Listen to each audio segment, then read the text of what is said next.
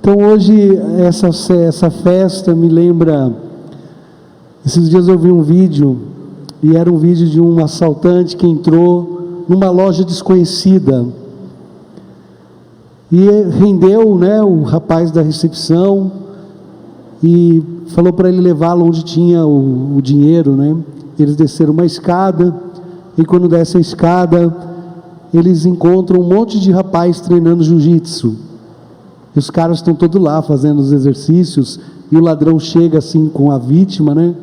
A hora que vê aqueles monte de homem treinando assim jiu-jitsu, os caras já saem correndo atrás dele, né?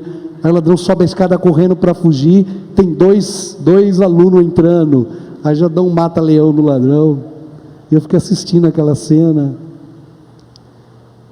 É assim que os demônios se sentem quando entram numa paróquia onde tem homens consagrados a São José.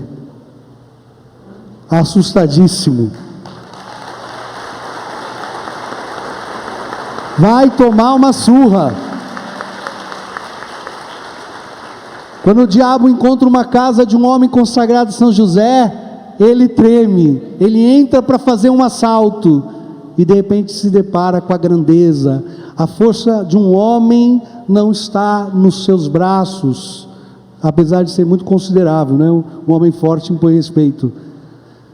A força de um homem realmente está na sua honra, no seu caráter. E o caráter destes homens que querem se consagrar a São José precisa ser formado, precisa ser moldado pela fé. Deixa São José martelar esse ferro, deixa o fogo do Espírito Santo amolecer o teu coração. Ainda que você venha de muitas experiências, de uma família, de muitos traumas, uma falta de um exemplo de homem de Deus, ainda que você carregue vícios do seu passado, deixe que a fornalha de amor, que o fogo do Espírito Santo, torne agora o ferro do seu caráter modelável, e que as marteladas dadas por São José possa formar você agora como uma nova pessoa. E uma vez consagrado, não fique pensando que você pode voltar atrás.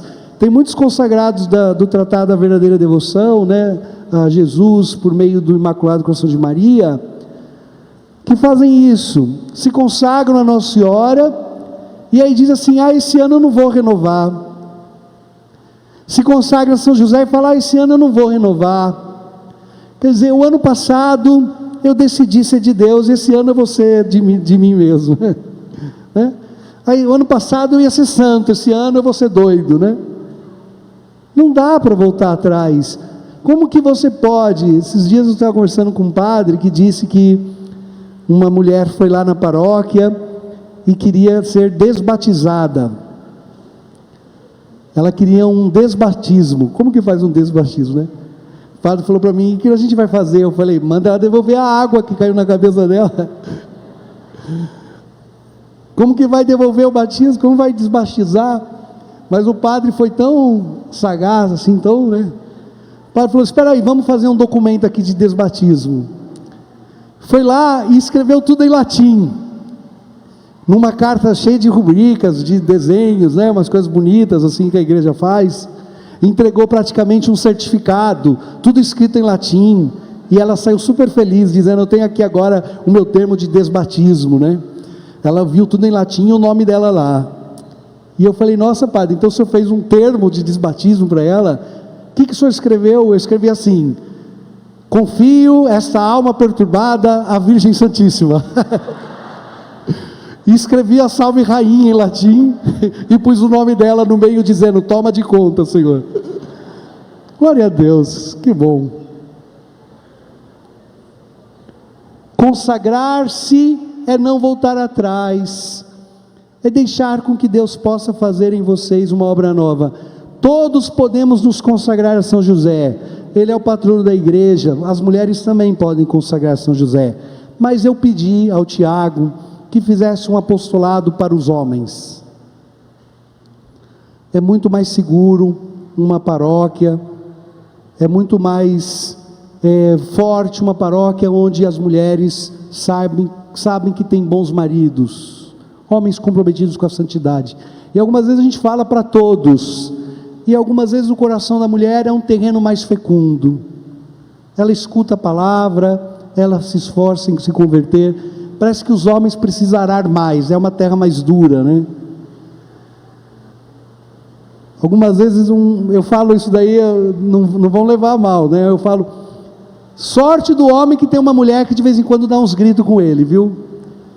Porque o homem, quando a mulher é muito boazinha, parece que o homem vai ficando atrapalhado, sabe? Vai se perdendo no caminho, ele vai se entregando às paixões.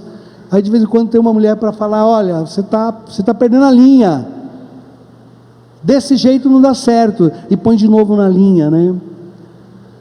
Na fé, todos temos a Virgem Santíssima, mas era preciso talvez um apostolado, juntar os homens e nesse apostolado, falar para eles, como que um homem precisa ter virtudes, para realmente cuidar da sua família, da sua esposa, da sua casa, como um homem precisa ter aquelas virtudes, tão comparadas à de São José, que zelou pela Sagrada Família, que cuidou da Sagrada Família. Nós pedimos a Deus que esse apostolado, voltado especialmente, né, o Redentor Discurso aos homens, não é um movimento, é um serviço. Vocês servem a Deus, cada um de uma maneira, né? Mas se reúnem nesses dias e assumem o compromisso de tornar essa devoção a São José mais conhecida, mais conhecida. Assumem esse compromisso. Então, aqueles outros homens que já se consagraram, ou que se consagraram em outro lugar, ou que se consagraram em outros dias, eu convido vocês a se unirem a esse apostolado, e se formarem, e conhecerem novos amigos também. É muito importante as amizades, né? Depois nós temos o terço dos homens, e dali vai se desdobrando em tantos outros apostolados. São José, meus irmãos, foi um homem justo, e assim diz a palavra. E se a palavra diz que ele é justo, significa que nele havia todas as virtudes. Se não tinham todas as virtudes, não pode dizer dele que é justo. E o que fez São José crescer tanto em virtude? Para ser considerado entre os santos o mais digno de louvor, de todos os santos, abaixo da Virgem Santíssima, que de forma singular recebeu o Espírito Santo para gerar como um vaso sagrado o próprio Deus. O que fez São José crescer tanto em virtude? Anda com gente virtuosa que você cresce em virtude. Se você anda com gente medíocre, você vai ficando também medíocre, vai se infantilizando. Imagine São José que convivia com Nossa Senhora, com a Virgem Santíssima, cheia de virtude e de graças. Olha o nível do diálogo que os dois deviam conversar, não é verdade? Imagine o assunto que eles falavam. Imagine assim quais eram as ideias, as coisas sobre Deus. Você não tem um amigo que você gosta de sentar e conversar num fim de tarde? E vocês falam de assuntos diversos, e você fala, foi uma conversa muito boa. Se você só gosta de novela, aí senta com uma noveleira, né? E aí, nossa, passo a tarde falando de novela. Provavelmente não era esse o assunto da Virgem Santíssima. A convivência com Maria fez com que aquelas virtudes que já estavam no coração de São José se elevassem a tal nível, a tal grau, que hoje ainda nós, admirados, queremos venerar e louvar o seu nome. Imagine que São José passou sua vida para servir Jesus Cristo. É lógico, meus irmãos, que nós executamos uma missão equivalente, deveria ser equivalente à dignidade que nós queremos nos portar. Devemos nos portar à altura e à dignidade da missão que nós recebemos. Vocês sabem disso, já disse isso em outras vezes. Um rapaz solteiro se comporta de uma maneira. Um homem, depois que casa, ele deve portar-se à altura, à dignidade de um homem casado. Assim também um sacerdote. São José estava à altura da dignidade de quem tinha a missão de cuidar de Jesus, do Filho de Deus, de conviver diariamente com o Salvador, de se preocupar com o Salvador. Se o Evangelho diz que aquele que der um copo de água ao menor, é a mim que dará e receberá o prêmio de profeta, imagine dar água, dar um sustento, dar todos os dias o cuidado devido ao próprio Deus. Que honra, que dignidade, que elevado é a missão deste homem justo que é José. E como ele pode ser chamado do santo mais justo desta terra, se não foi padre, se não foi bispo e nem profeta? Se foi apenas um pai, um marido e um trabalhador. Eu te pergunto, o que tem impedido a tua santidade? Se José alcançou esse grau de santidade tão agradável a Deus, o que impede você de ser santo? Ah, padre, eu não sou santo porque eu tenho que trabalhar muito. Eu não sou santo porque eu tenho que cuidar de uma família trabalhosa. Eu não sou santo porque, se eu soubesse as coisas que eu passo, as dificuldades que eu enfrento. Ah, padre, a minha história, a minha vida é cheia de problemas, e isso que tem impedido a minha santidade. Olhe bem, meus irmãos, que esse patrono da Sagrada Família e da Igreja teve que fugir com sua mulher, com o seu bebê para o Egito. Teve que sofrer em ver a Sagrada Família e a Virgem Santíssima desprovido de todo o conforto que eles mereciam. Se nós vemos na internet um pai que cria um filho não biológico, e nós todos achamos louvável, dizendo sempre aquelas frases tão costumeiras: pai é quem cria e não quem faz, não é assim? Se nós achamos virtude num homem que é capaz de amar uma criança por amor à sua mãe, quanto mais não deve haver nos nossos corações um sentimento de gratidão e de louvor a este pai adotivo de Jesus, que sofreu todas as lágrimas e dores para cuidar dessa Sagrada Família, vivendo a plenitude da pureza, a virtude elevada da castidade, do amor a Deus. Merece de nós e merece do nosso coração toda a consideração.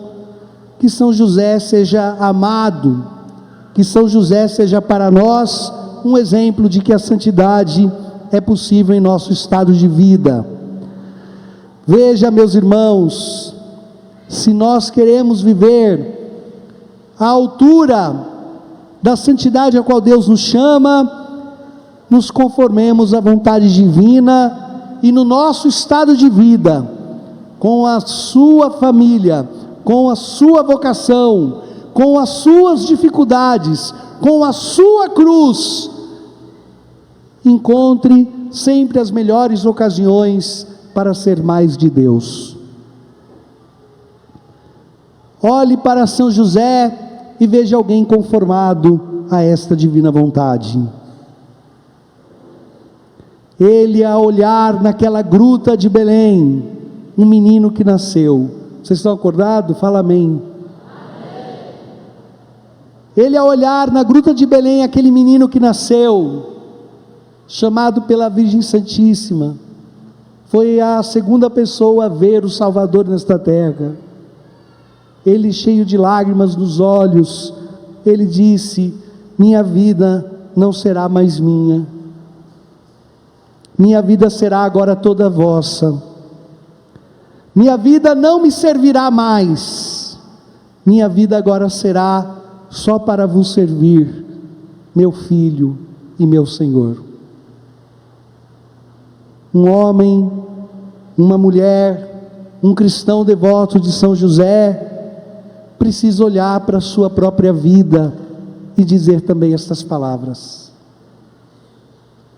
quem quiser ganhar a vida nesse mundo, irá perdê-la.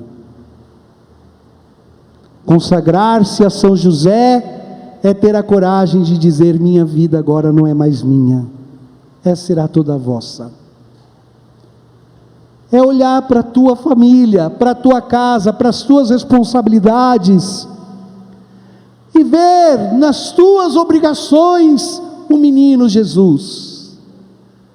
Eu já disse para vocês, em outras ocasiões, que quando eu tenho um tempo livre eu gosto de fazer comida, e eu gosto de comer, então eu tenho sempre um tempo livre, né? E aí, quando tem um amigo, quando tem alguém na minha casa, e eu faço uma comida, eu vou colocar a mesa, e eu me preocupo com todos os detalhes da mesa. Nas horas vagas, fiz aquele cursinho de dobrar guardanapo na internet, tem tudo no YouTube, né? Só para deixar a mesa mais nobre, a ordem dos pratos, os copos, os talheres. Comprei tudo na Maravilha do Lar, é baratinho. E algumas vezes alguém diz: por que faz tudo isso? É só nós mesmos. Não, não é só nós mesmos. O menino Jesus vem hoje ceiar conosco. A Sagrada Família vem hoje sentar-se a esta mesa. Procura você fazer tudo na tua vida para a Sagrada Família. Olha para a tua esposa, para o teu marido, para os teus filhos, olha para o teu trabalho, olha para os teus afazeres mais complexos e mais simples, e repete as palavras que José disse na gruta de Belém, ao olhar para o menino: minha vida não será mais minha, será toda vossa. Não será mais para servir-me, senão para vos servir. Ama Jesus a ponto de fazer tudo para a glória de Deus, e veja Jesus na sua casa, e veja Jesus, e por amor a Jesus, faça sempre o melhor, com perfeição, bem feito, como profissional, como filho, como pai, como mãe, como cristão. Porque é para o menino, porque é só para ele. Este configurar da nossa vontade ao serviço de Deus é dar a nossa vida para servir Cristo nas pequenas coisas que Deus nos pede, com pronta obediência, como nós vemos na vida de São José. Quando o anjo visitou no sonho, acorda, prontamente, acorda no sonho também, né? Aproveitei que São José estava dormindo e já falei para vocês. Quando o anjo visita no sonho, prontamente, ele se levanta. Que bonito, que delicadeza. Ele sabe que aquele sonho é a voz de Deus. Que percepção. Tem coisa que Deus está gritando para a gente, né? Deus tem insistido em falar com você, mandou profeta, mandou voz, mandou gente falar, bateu na porta do teu coração. Tem coisa que Deus está insistindo com você, e você ainda fica em dúvida: mas será que é Deus mesmo? Será que é Deus que é isso, né? Que sensibilidade.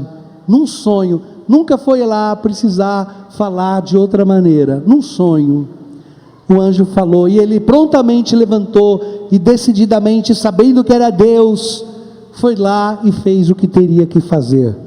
e sofreu tudo o que as suas escolhas exigiam. Fazer a vontade de Deus não significa que os caminhos serão tão planos assim, viu, gente? Fazer a vontade de Deus é sempre beijar a cruz. O seguimento do Senhor. A vida nesse mundo é cheia de cruzes, de problemas, não é? Ainda que alguém queira não ter Deus, dizer-se ateu, não terá uma vida maravilhosa, só de alegrias. A vida nesse mundo é feita também de frustrações e provas. Fazer a vontade de Deus é um caminho que também passa por pedras. Que pronta obediência nós encontramos em São José, pronto a fazer aquilo que Deus quer. Esteja você também pronto a fazer o que Deus quer. Não fique procrastinando, não fique deixando para depois, não fique esperando a hora mais adequada. Você tem deixado tantas coisas para depois, e quando você vê já é tarde demais. Só a santa obediência com prontidão e alegria é capaz de unir o nosso coração ao nível desta consagração. Por fim, termino esta pregação dizendo a vocês que devemos viver a honra e a altura de um coração consagrado. Para nós que vivemos uma democracia, nós não estamos acostumados com quem era o rei, né? Com a função do rei. Quando a gente fala de uma monarquia, de um rei, para nós talvez a ideia de um reinado, de um rei, é uma ideia pesada, né? Complicada, né? Um rei parece para nós um homem que explora e tira o proveito do seu povo. Mas a ideia sincera de um rei era aquele que estava pronto a morrer para defender o seu povo. É o primeiro a estar pronto a servir. É um coração nobre. E não é isso que nós vemos hoje nos dias presentes, que procura as famílias reais, nos países onde ainda tem uma monarquia, eles procuram guardar o quê? Um certo tipo de protocolo. Eles não podem se expor a alguma polêmica, eles não podem estar envolvidos em algum tipo de escândalo. Eles têm o jeito certo de sentarem, as roupas certas a vestirem, os termos certos a se referirem uns aos outros, e até uma risada um pouco esculachada já seria uma falta de diplomacia para a família real. Parece que a vida real exige uma certa postura, mas a verdadeira e sincera postura de um coração real são as honras, as virtudes que forjam o caráter e a moral daquele que já assumiu a realeza. Há em todos nós, graças a esta filiação divina, uma realeza, meus irmãos. Somos filhos do Deus Altíssimo. Olhe para a vida de José, a realeza do seu coração, pronto a servir, no silêncio a dar a vida, a guardar, a acompanhar a Sagrada Família, a sofrer a perda e o reencontro do filho, ao estar do lado da Virgem Santíssima. A sua consagração exige de você uma certa dignidade à altura de um coração que descobriu por meio de São José a realeza do teu batismo. Ser nobre, ser elegante, ser na sua postura e nas suas palavras um homem cortês. Procura com esta consagração, à altura desta realeza, fazer com que sua vida seja pelas honras das virtudes um sinal de que você foi forjado, martelado, por São José. Amém.